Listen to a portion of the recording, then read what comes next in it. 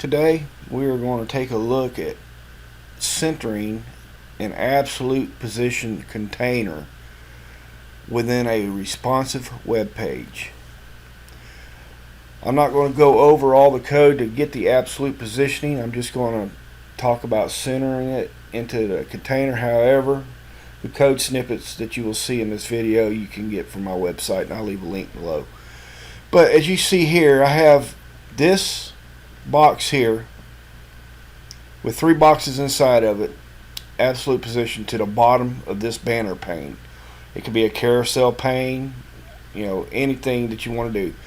But anyhow, the trick is it took me a little bit to figure out how do I center this up. Well, let's take a look at the code. All I have here is the banner, the banner container, and inside the banner container obviously I have the banner image. Then I have this box wrapper, and inside this box wrapper I have my 3 boxes, 1, 2, and 3. I got the idea of box number 1, 2, and 3 just for coloring purposes, and then I give them all class of box. Let's take a look. Now, when it comes to absolute positioning something, the nearest parent container needs to be relative, and that's what I put on banner. And then the box wrapper I made it absolute. I gave it a bottom of 4 pixels because of natural padding and stuff, because I did not use resets. If I went with 0, you would see that my boxes dropped down a little more. So I figured I found 4 pixels to work, put it right there on the bottom. So let's think about this for a minute. On my banner pane, I have the width set to 100%, and on my box wrapper, I have the width set to 75%. So let's think about this for a minute.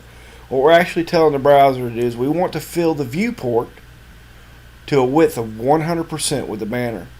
We want to fill the viewport to a width of 75% with the box wrapper, which contains the 3 boxes. So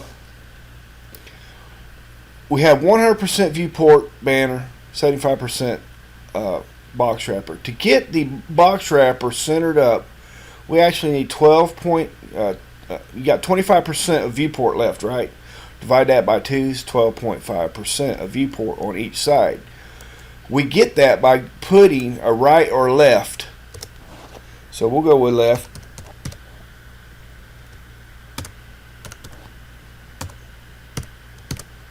%.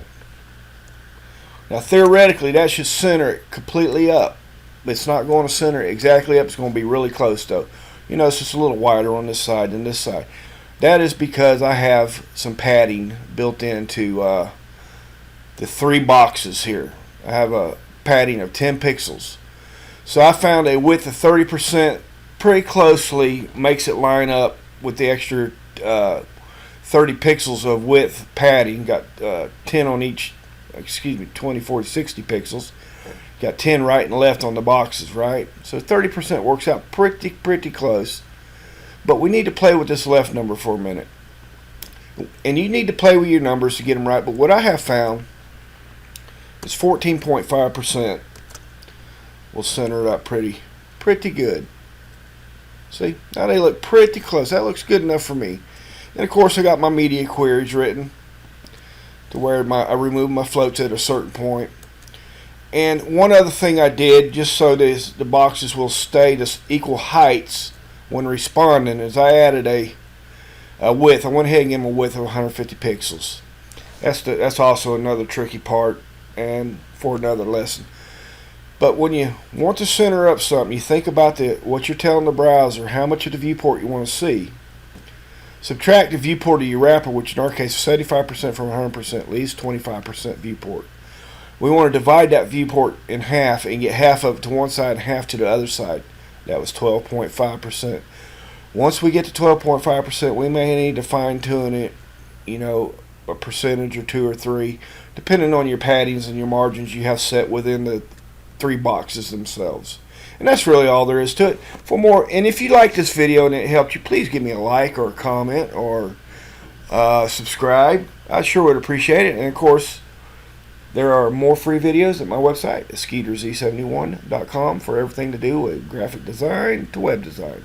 You have a good day.